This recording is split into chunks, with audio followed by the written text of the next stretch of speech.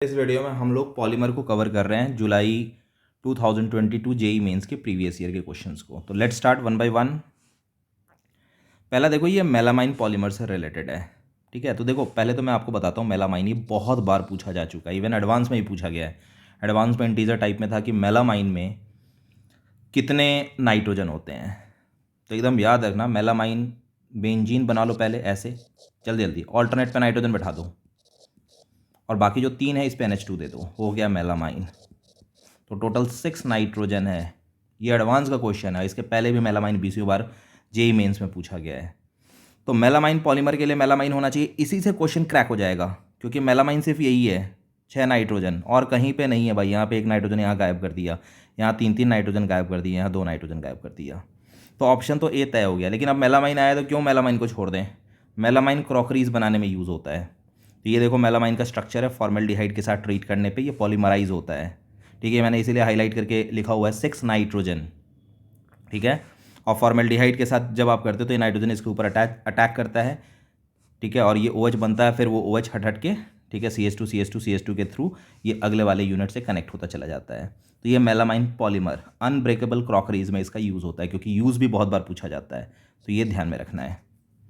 तो पहला ओवर होता है। सेकेंड आते हैं, ना जाने कितनी बार अगर आप प्रीवियस वीडियोस देखे होगे तो उनके पास कोई चॉइस नहीं है। पहला चीज़ ध्यान रखो इन रटने वाले टॉपिक में, और इन रटने वाले टॉपिक को प्रीवियस ईयर के क्वेश्चन से ही कर डालोगे ना 3 साल का, तो हो जाएगा। मुट्ठी भर कॉन्सेप्ट्स हैं, वही बार बार मिलता है। तो टेफ्लॉन, ठीक है, एकदम ये सिंपल ऐसे ऐसे। टेफ्लॉन बहुत कॉमन है। नॉन स्टिक यूटेंसिल्स, ठीक है, ये तो तुमको ऐसे ही पता चलेगा। ठीक है, क्योंकि ये बहुत ही कॉमन यूज़ है। आप नॉन स्टिक जो फ्राई पैन वगैरह लेते हो उसमें टेफ्लॉन की कोटिंग की जाती है। ठीक है, लेकिन अब ये सारे चीज़ आए हैं। Low density polyethylene LDP, Ziegler Natta catalyst डालने पे HDP बनता है, high density polyethylene. Ziegler Natta catalyst का फॉर्मूला भी पूछा जा चुका है। तो एक बार पहले इसको हम वन बाय वन देख लेते हैं। ठीक है, ये मैंने सभी का डिटेल लिख दिया है विथ यूजेज। नाइलॉन 6 तो देखो ये 1 6 2 6 ये बताता है कि इसमें 2 मोनोमर होंगे, दोनों में 6 कार्बन होंगे। तो ये रहा पहला CH2 whole 6 NH2 hexamethylene diamine इसका नाम है।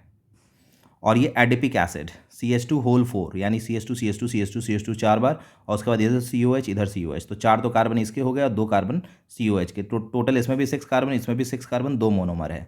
तो हेक्सामिथाइलिन डायमीन और एडिपिक एसिड होना क्या है, इससे H इससे OH पानी, इससे OH अगले वाले से H पानी, फिर इससे H पिछले वाले से OH पानी, और इस ढंग से ये कनेक्ट होता चला जाएगा एमाइड लिंकेज से। तो ये भी ध्यान रखना है, ये अमाइड बेस्ड पॉलीमर है। वाई आ गया, आई अमाइड बेस्ड पॉलीमर है। तो ये भी आपको ध्यान में रखना है। तो ये रहा, मैंने बना दिया, यही नाइलॉन 6 है। ये मैंने वो सब लिख दिया जो अभी समझाया था कि number of carbon in first monomer, number of carbon in second monomer, ये 2 नंबर्स रिप्रेजेंट करते हैं। अब किस किस काम में आता है ये सब NCERT ने दिया है, मैंने एज इट इज़ लिख दिया है। शीट्स बनाने में काम आता है, ब्रश के ब्रिसल्स जो होते हैं उसमें यूज़ होता है, टेक्सटाइल्स में यूज़ होता है। ठीक है, इसमें H बॉन्डेड होता है, H बॉन्डिंग हो जाएगी ना एक यूनिट दूसरे यूनिट तीसरे यूनिट के बीच में, इसीलिए इसकी टेंसाइल स्ट्रेंथ काफ़ी ज़्यादा हाई होती है। ठीक है, तो अभी यहाँ पे जो ब्रश का ब्रिसल्स वाला मैच, आई होप शायद, हाँ, ब्रिसल्स ऑफ ब्रश, ठीक है, ये यूज़ हुआ है, तो ये हम मैच करा देंगे इसका। ओके, देखो ये टेफ्लॉन टेट्राहाइड्रो टेट्राफ्लोरोइथाइलिन, ठीक है, ये पॉलीमराइज होगा। ठीक है, एडिशन पॉलीमर का मतलब होता है जब ये पॉलीमराइज हो तो छोटे छोटे मॉलिक्यूल ना निकले, जैसे यहाँ पे पानी निकला था तब ये कनेक्ट हुआ था। ठीक है, तो ये कंडेंसेशन पॉलीमर का पार्ट होता है, और जब कुछ भी ना निकले तो एडिशन पॉलीमर का पार्ट होता है। तो ये एडिशन पॉलीमर है, फ्री रेडिकल मैकेनिज्म से ये प्रोसीड करता है। ठीक है, पर सल्फेट कैटलिस्ट इसमें यूज़ होता है। तो ये टेफ्लॉन हो गया। टेफ्लॉन इंसुलेटर है, ऑयल सील्स है, गास्केट है, नॉन स्टिक सर्फेसिस जो अभी यूज़ किया गया है इसमें। ओके, और ये देखो ये HDP LDP के बारे में है। इथाइलिन है, हमने देखो यहाँ पे सिर्फ हाई प्रेशर लिया है, और इस केस में मैंने जिगलर नेटा कैटलिस्ट के प्रेजेंस पे, ये याद रखना, टेट्राइथाइल एल्युमिनियम एंड TiCl4, यही होता है फॉर्मूला जिगलर नेटा कैटलिस्ट का। जब इसके प्रेजेंस पे आप पॉलीमराइज करो और इसके एब्सेंस में पॉलीमराइज करो तो फ़र्क होता है, यहाँ पे LDP बनेगा, लो डेंसिटी, क्योंकि इसमें बहुत ही जिग जैक कैटलिस्ट यूज़ नहीं होने पे, और हाई प्रेशर हम ले रहे हैं ना 1500 ATM, तो हाई प्रेशर ले रहे हैं, 450 केल्विन ले रहे हैं, तो बहुत ही जिगजैग ब्रांचिंग हो जाएगी। तो ये एक पॉलीमर बना, ये पॉलीमर, इसके बीच में भी बहुत लंबी कार्बन की चेन अटैच हो जाएगी, इसमें भी बहुत लंबी कार्बन की चेन अटैच हो जाएगी, तो जिसके कारण ये काफ़ी दूर दूर होते हैं, इनकी डेंसिटी कम हो जाती है।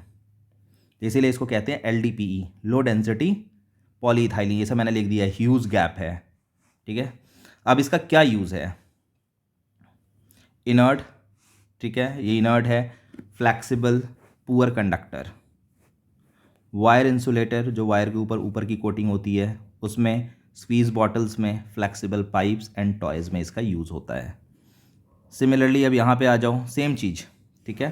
टेम्परेचर 350 केल्विन है, 6 to 7 atmosphere. Ziggler Natta catalyst भूलना नहीं है। अब यहाँ पे इसके बीच में जो कनेक्शन कार्बन कार्बन की थी ना, वो ऑलमोस्ट गायब हो गई। तो पहला पॉलीमर, दूसरा, तीसरा, चौथा काफ़ी पास पास होते हैं, और इस क्लोज लेयर के कारण इनकी डेंसिटी हाई होती है। तो ये भी इनर्ट होते हैं, हार्ड होते हैं। बकेट, डस्टबिन, पाइप, बॉटल्स, इन सब की मैन्युफैक्चरिंग में HDPE को यूज़ किया जाता है। बस ख़त्म, मैच करा लो अब इसमें। इसका मैच bristles, non stick, buckets, toys, over. आगे आते हैं अब next, vulcanisation of rubber. Rubber से रिलेटेड है। पहले तो जैसे रबर मिला तो मैं आपको बताऊंगा 4 रबर हमारे सिलेबस में है। एक है नेचुरल रबर, दूसरा है सिंथेटिक। सिंथेटिक में 3 केसेस आते हैं, ठीक है, और रबर को हम एलास्टोमर भी बोलते हैं, ये भी याद रखना है। तो नेचुरल रबर में क्या होगा?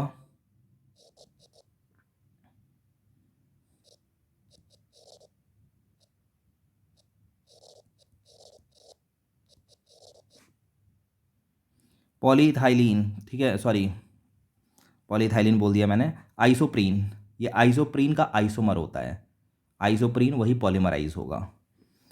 अब जब सिंथेटिक रबर में आते हैं तो सिंथेटिक रबर में आता है नियोप्रीन। ये इसमें Cl लगा देना है, Cl, CH2। इसको कहते हैं क्लोरोप्रीन, और ये है आइसोप्रीन। ओके, तो ये क्लोरोप्रीन हुआ। इसके बाद 2 आते हैं, buna S and buna N। Buna N, तो देखो भाई, बूना S का मतलब है ब्यूटाडाइन हो गया, CH2 double bond CH, CH2 double bond CH2, ये CH होगा, ब्यूटाडाइन हो गया। ब्यूटाडाइन, और ये आ जाएगा S stand for the styrene.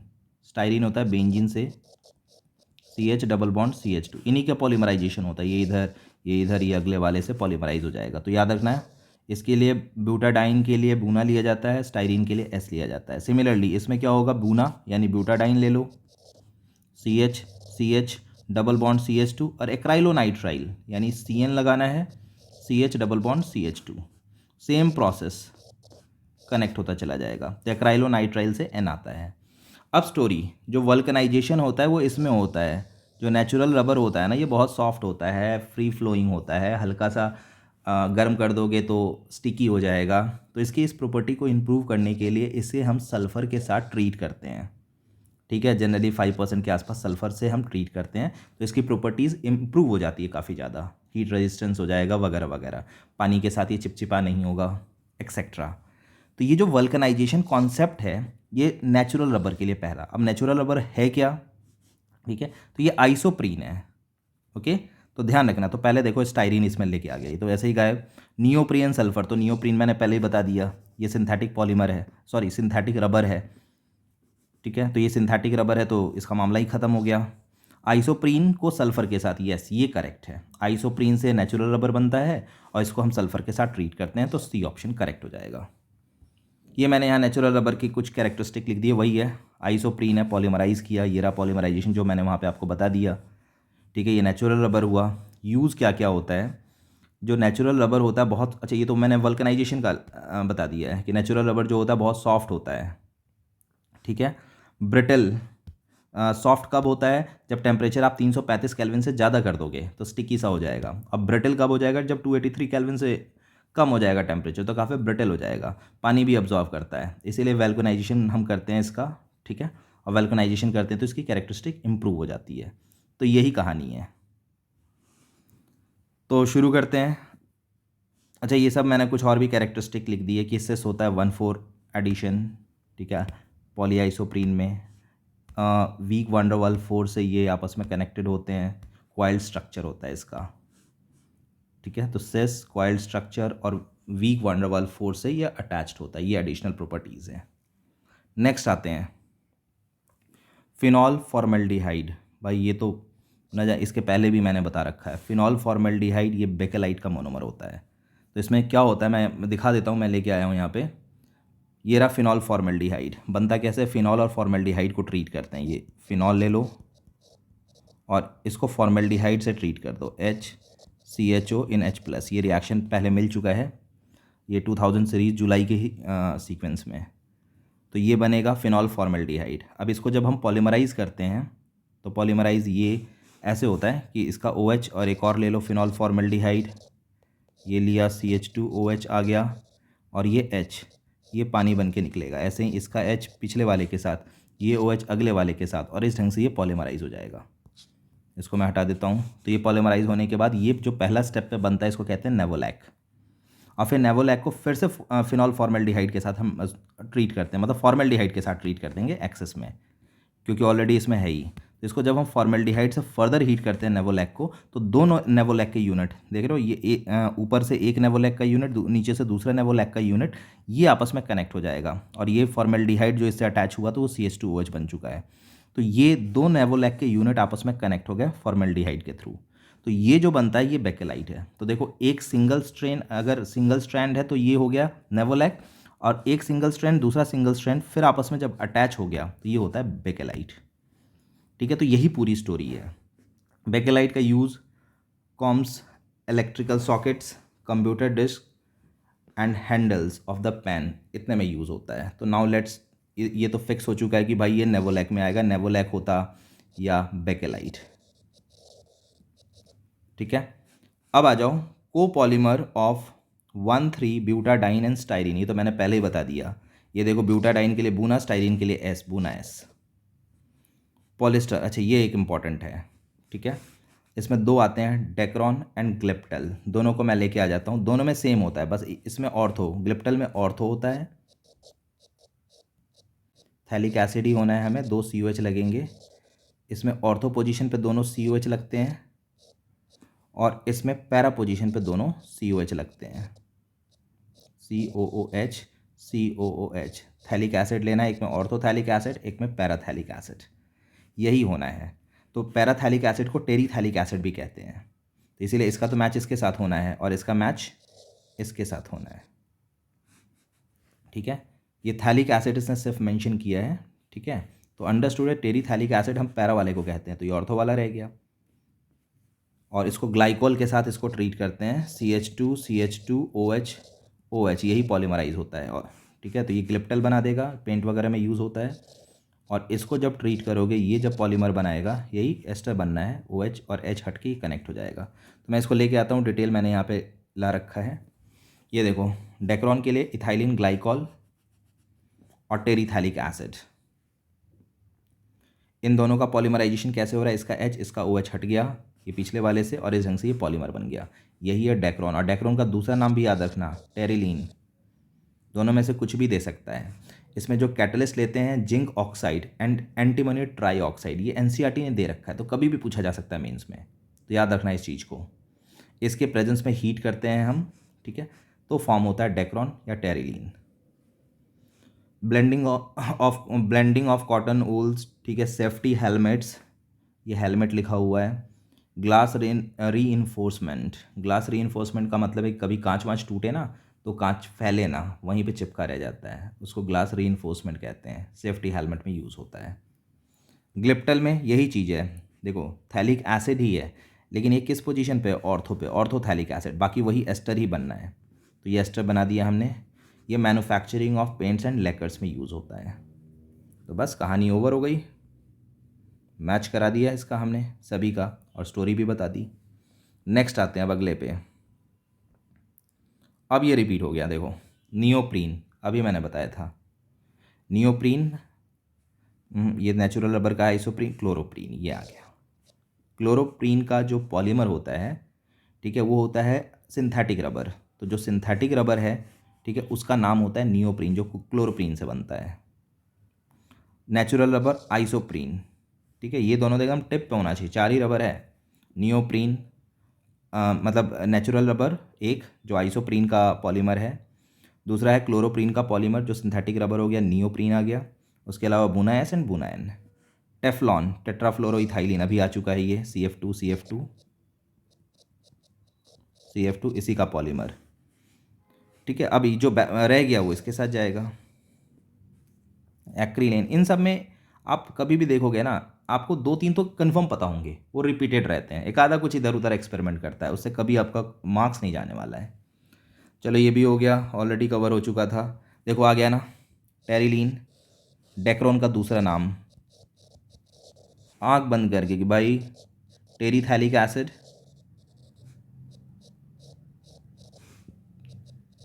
And glycol, ठीक है, बस शुरू कर दो। इसने इसने आईयूपैक नेमिंग के फॉर्म में दिया है, तो ये प्रोपेन तो हो ही नहीं सकता, ये तो ईथेन है, 2 कार्बन है, ethane 1,2 diol, yes, ethane 1,2 diol and benzene 1,4 di carboxylic acid, C option correct, पहले ही दिख गया ये, and benzene 1,4 di carboxylic acid. और थोड़ा आईयूपैक में पंगे होते हैं, इसीलिए थोड़ा सा अच्छे से वेरीफाई कर लिया, जब 1,3 गायब, 1,2 गायब, और ये तो प्रोपेन के कारण गायब, यस एकदम करेक्ट है हमारा। डबल कॉशियस रहना एग्जाम में बहुत ज़रूरी है, क्योंकि आईयूपैक नेमिंग इतना टेढ़ा चीज़ है ना, कब किसका क्या नाम दे दे, तो थोड़ा सा अटेंटिव होना ज़रूरी है। आ जाओ, ये देखो वही, ये क्लोरोप्रीन है, क्लोरोप्रीन का आइसोमर बना दिया इसने। तो ये तो सिंथेटिक रबर हो गया, सिंथेटिक रबर है, और जितने भी रबर्स होते हैं दे ऑल आर एलास्टोमर्स, क्योंकि एलास्टिक की तरह वो एक्सपैंड होते हैं। तो भाई इसका तो मैच एलास्टोमर से हो गया, क्योंकि ये रबर है।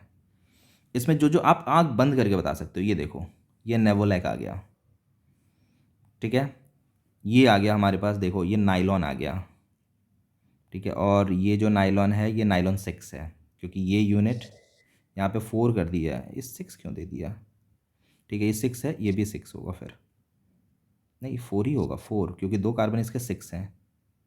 अच्छा, लेकिन ये कुछ और है, इट्स नॉट नाइलॉन, मैं नाइलॉन सोच रहा था, क्योंकि ये यूनिट और ये यूनिट अलग अलग कर दिया इसने, बट एनीवे ये अमाइड है, ठीक है, और अगर अमाइड बेस्ड है तो ये फाइबर से मैच होगा, ठीक है, जितने भी अमाइड वाले होते हैं ना, नाइलॉन वगैरह, वो फाइबर्स होते हैं, जिसके ब्रिसल्स वगैरह में हम यूज़ करते हैं।